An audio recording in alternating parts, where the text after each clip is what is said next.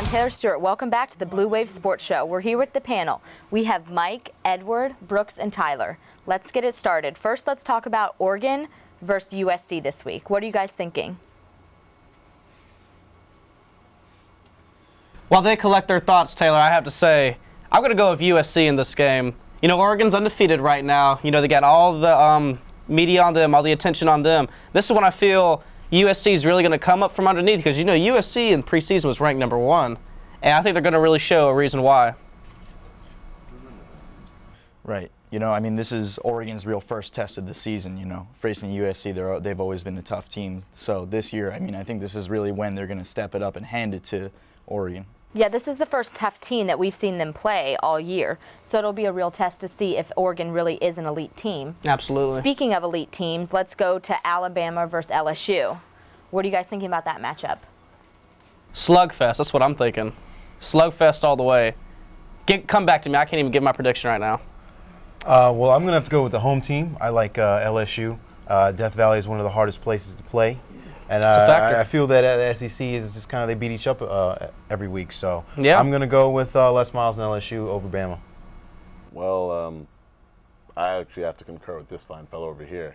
Slugfest whole idea, yeah, definitely. Okay, it's going to be back and forth, nothing but hard hits, just good plays all around, or actually attempts at good plays, but defense that stops the good plays, leading into more good plays. So who is your pick? Well, my good sir.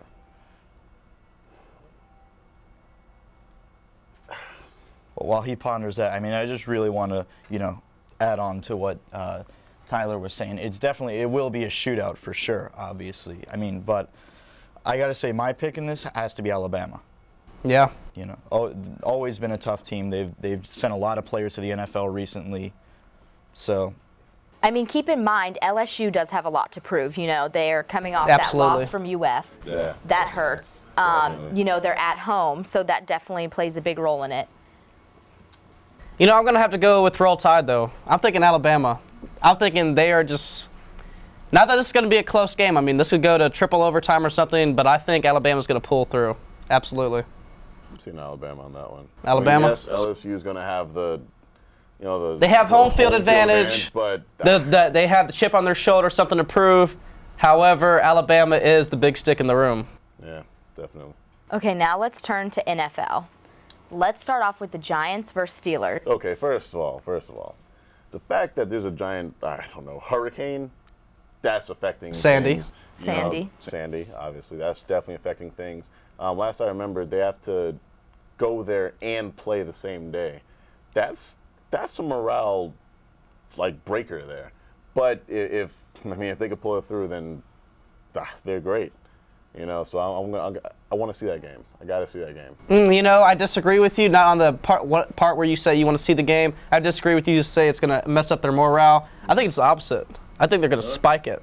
Having to travel on the same morning as the game is going to piss them off. Yeah. Pittsburgh's defense is going to be flying all over the football. And I think Eli Manning is going to get knocked out of the game by James Harrison, and he's going to see a big fine Monday morning, but Steelers for the win. Well, you know what, Tyler, I just have to disagree with you on that one. I think that Eli and the Giants are going to take this one at home to spite the recent hurricane, gives the people something to cheer for this week. Really? So I'm taking the Giants on this one for this week. Now, how do you see the Giant defense faring against the Steelers offense, though? I mean, look what they did to Tony Romo last game. Ben Roethlisberger is not Tony Romo, though.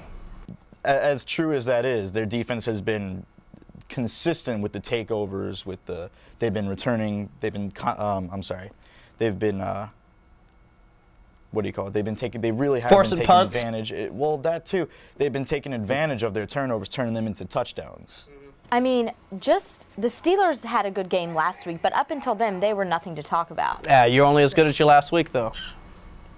I like the Steelers, guys. I mean, I feel that that could go both ways with the Sandy, because the Giants haven't been able to operate their organization on a everyday basis. You know, they have guys practicing here. They haven't even been able to practice their own facility because of the hurricane. I feel that Pittsburgh is that kind of team that turns it around this part of the year. Nobody's really talking about them. They're, you know, so they're getting the running game back. They're getting the 2 running backs back. Are you thinking wild card? Oh, I'm definitely thinking wild card. I'm thinking wild card too. Against Mike Tomlin. I mean, he's great. Absolutely not. They'd be foolish to. Next, let's go Rookie quarterback versus rookie quarterback. We have Miami against the Colts this week. What are you guys thinking? I think it's going to be another shootout. I mean, Andrew Luck's got 8 touchdowns on the season passing so far. Tannehill only has 4. Their passing yards are very similar. However, I think the factor comes down to the Miami defense. They're playing a lot better than the Colts defense. Defense wins championships. I'm going Miami. You know, well, both offenses have been kind of, how do you say? Starting to establish.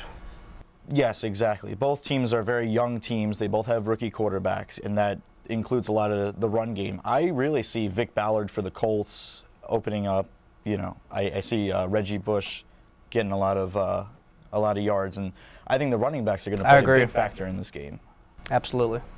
Yeah. As in every game. I like the Dolphins, though. I'm going to agree with the gentleman here to my left. Mm-hmm. Bad as they looked in the beginning, I didn't think they're much of them. They're 4-3. Yeah. What can you say? Yeah, exactly. They're winning. Their coach was a little suspect at the beginning of the year, I thought, but they're making great decisions. They don't have much of an offense, but they're relying a lot on their defense. I disagree with you on that. I mean, they got Reggie Bush, Brian Hartline's tearing up on the receiving end, Tannehill's making great plays. Is Reggie Bush really living up to what all the hype? Well, absolutely. He's having a great season. I can't say that. Before the season started, Tyler, he said that he was going to lead the league in rushing yards this year. We're in week 8. We're in week 8. We're in week 8. Give it some time. Regardless of him leading the league in rushing. He's not a rookie. I mean, he's not. And that's a factor. Actually, rookie running backs, as Tampa Bay's rookie running back, are actually a lot better because, you know, running backs years like years on a car. The older they get, the worse they get. Naturally. You know, they take a lot of hits. So, I mean, that really doesn't even coincide with it because if Reggie Bush was a rookie, he probably could be leading the league right now in rushing. Well, yeah, right now on this team. I mean, the other thing is Reggie Bush is we kind of we need to look what kind of player and running back he is. Yeah. He's never been a guy outside that runs between the tackles. He's not a, you know, he's more of a spell back. It's kind of hard to stay healthy when you're 6 foot 220. It sounds funny in the NFL, but when you got guys double your size. Oh, he's not quite 220. I think he's about like 208 or something like that. He's still getting hurt in between those tackles. He has to stay healthy. He still has to worry about that knee. But I still like him this week, and I do like the Dolphins to pull one out. Absolutely. I think this game really is going to come down to the better defense. Whoever can stop the run better, whoever can create more turnovers, that's what's going to be the key. So who's your pick? I'm going with the Dolphins. I'm going to say with the Dolphins on this one. Dolphins? We're all Dolphins? We're all What about you? Oh, sorry, gotta go with the Dolphins. Clean sweep. Going to FAU may have something to do with it. No, because I'm not a Dolphins fan whatsoever. Okay, let's look at our next matchup. This is going to be an ugly one. We have Atlanta versus the Cowboys. Uh-oh. Now, this has got to be a sensitive subject for Brooks here. Yeah, it's Are you going to bet against the Cowboys? I can't do it. I can't do it. Much as I really want to, and on paper they look great. The Falcons are 7-0. The Cowboys are kind of decimated right now by injury and the kind of deflated last week from the Giants. But I feel that we play better on the road than we do at home for some reason. We are 3-4. This is the season. If they lose, it is over. But I feel that that Atlanta could get knocked off. I know I'm crazy. You guys call it what you want to, but I feel that Dallas pulls it out. So on Monday, please come find me on campus. I'm going to find you. I'm going to find you, and I'm going to bring the stat sheet because I'm going to tell you right now, Matt Ryan's going to be tearing it up. Okay, listen, Sean Lee is out for the Cowboys. He was their leading tackler. That wasn't going to stop him.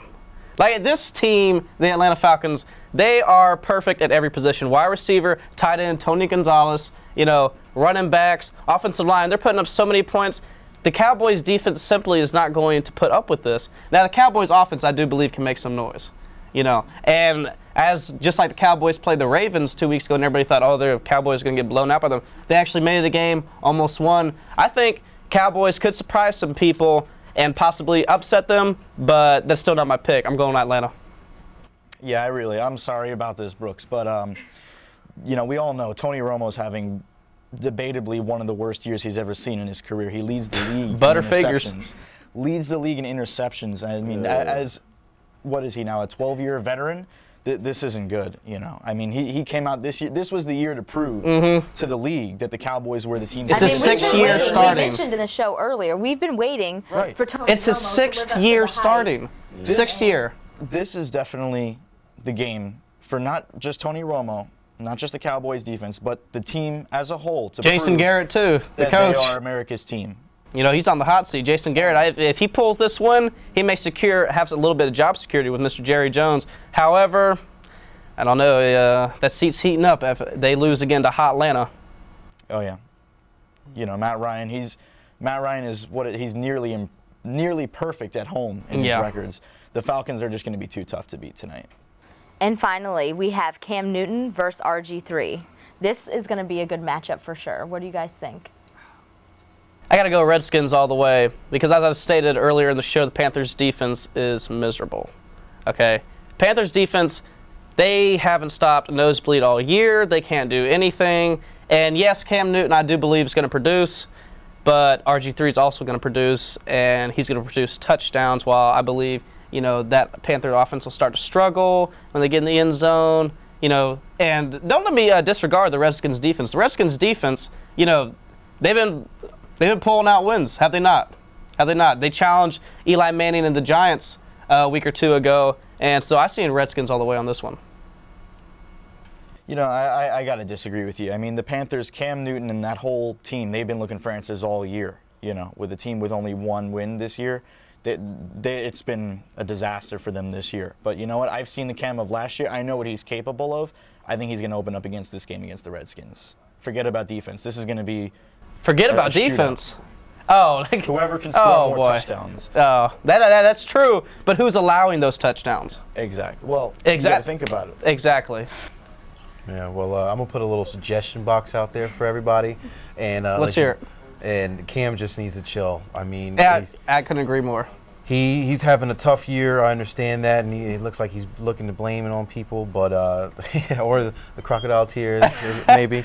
But I feel that overall the Redskins are a better organization. They're better coaching with the Shanahans, Mike and Kyle. It's not even close.